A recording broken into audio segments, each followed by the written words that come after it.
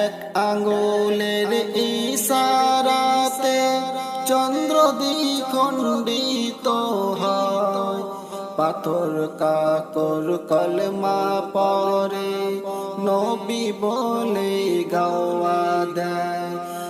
এক আঙ্গুলের ইশারাতে চন্দ্র দ্বিখণ্ডিত হয়, পাথর কাকর কলমা পরে নবী বলে গাওয়া দেয়। তৌহিদের শমশির নিয়ে ঘুচালে আধার জগতের, স্রষ্টা যারে আপন করে দিল আখেরি পয়গম্বরে। উম্মতের পারের ভেলা শেষ জামানার কান